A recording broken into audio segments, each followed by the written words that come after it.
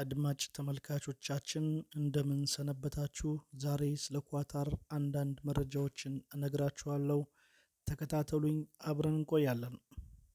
ኳታር በመካከለኛው ምስራቅ የምትገኝ ትንሽ ነገር ግን በጣም ሀብታም ከተማ ነች። ዋና ከተማዋም ዶሃ ይሰኛል።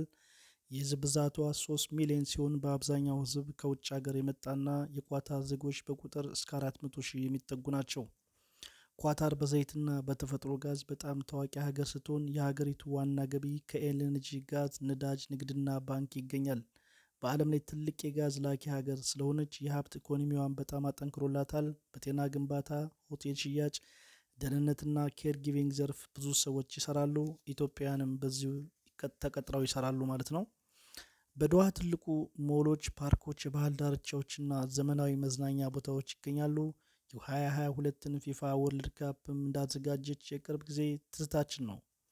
ኳታር ዘመናዊ ህንፃዎች፣ ሜትሮ፣ ባቡር፣ ንጹህ መንገዶችና ከፍተኛ ሴኩሪቲ ወይም ደህንነት ያላት ሀገር ነች። የኳታር የጦር ኃይል ዘመናዊ መሳሪያዎች ያሉት ሲሆን በአሜሪካና ከሌሎች ሀገራት ጋር የመከላከያ ግንኙነት ያለው ነው። የኳታር ዜጎች ከመንግስት ብዙ ጥቅሞችን የሚያገኙ ሲሆን ነፃ የትምህርት ዕድል፣ ጤና አገልግሎትና የቤት ድጋፍ ያገኛሉ።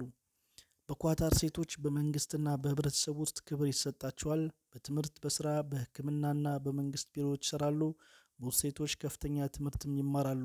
ነገር ግን ኳታር የእስልምና ባህልና ህግ የምትከተል ሀገር ስለሆነች ሴቶችና ወንዶች በአንዳንድ ጉዳዮች ባህላዊ ደንቦችን ማክበር ይጠበቅባቸዋል። ለምሳሌ ተገቢ አለባበስ፣ ዝፊት፣ ጨዋ ባህሪና አካባቢውን ባህል ማክበር ይጠበቅባቸዋል።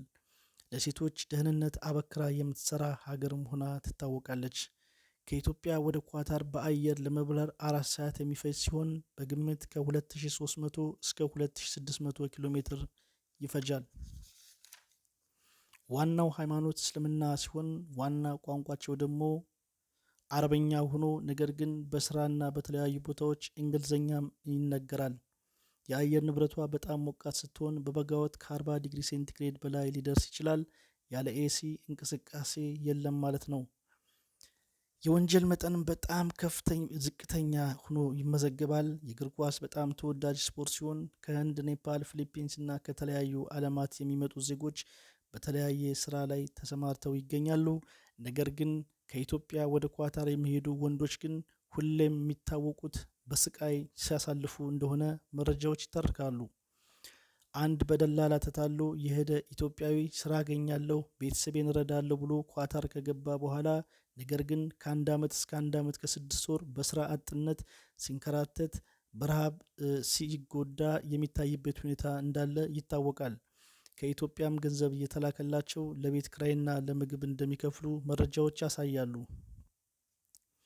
እንግዲህ በየቀኑ ትኩስ አሳ የሚሸጥባት ኳታር በከፍተኛ ሁኔታ ባህሯ ለቱሪስቶችና ለዜጎቹ መዝናኛ ሆኖ ያገለግላል። ብዙ ሰዎችም አሳ በጀልባ በመሄድ ያጠምዳሉ። ቡናና ቴምር እንግዳ መቀበያ የሚያደርጉት ሲሆን ታዋቂ ምግቦችም ማክቡስ፣ ሀባብ፣ ሐሙስ እና የባህል ምግቦችም ይገኛሉ።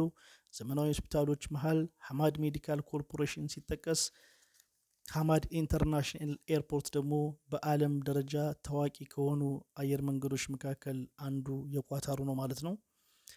ህግን በጥብቅ የምታስከብር ሀገር ስትሆን ህዝብ ፊት ግጭት፣ ስድብ ወይም ህገ ወጥ ነገር በቀላሉ አይፈቀድም። ብዙ ሰራተኞችም በቀን ከ8 ሰዓት እስከ 10 ሰዓት የሚሰሩ ሲሆን ነዳጅ ከብዙ ሀገራት በተሻለ ኳታር ላይ ርካሽ በመሆኑ ብዙ ሰዎች መኪና ይጠቀማሉ። ነገር ግን ከፍ ያለ የኑሮ ደረጃ ቢኖራትም የቤት ክራይ ግን ከፍ ያለና ውድ ነው። ኳታር በንጉሳዊ ስርዓት የምትተዳደር ሀገር ስትሆን አሚር የሀገሪቱ መሪ ነው። የኳታር ባንዲራ ነጭ፣ ጥቁርና ቀይ ቀለም ያለው ሲሆን በዓለም ልዩ ከሆኑ ባንዲራዎች አንዱ ሆኖ ይገኛል።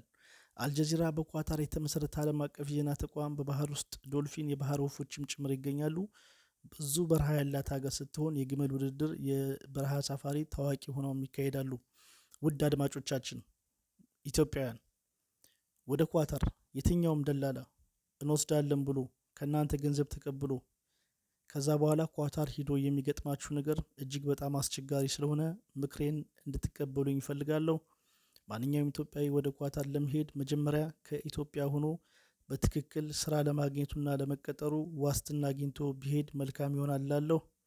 ሁላችሁም ይህን አስታውሳችሁ ከዚህ ነገር እንድትታቀቡ ስትል አመሰግናለሁ።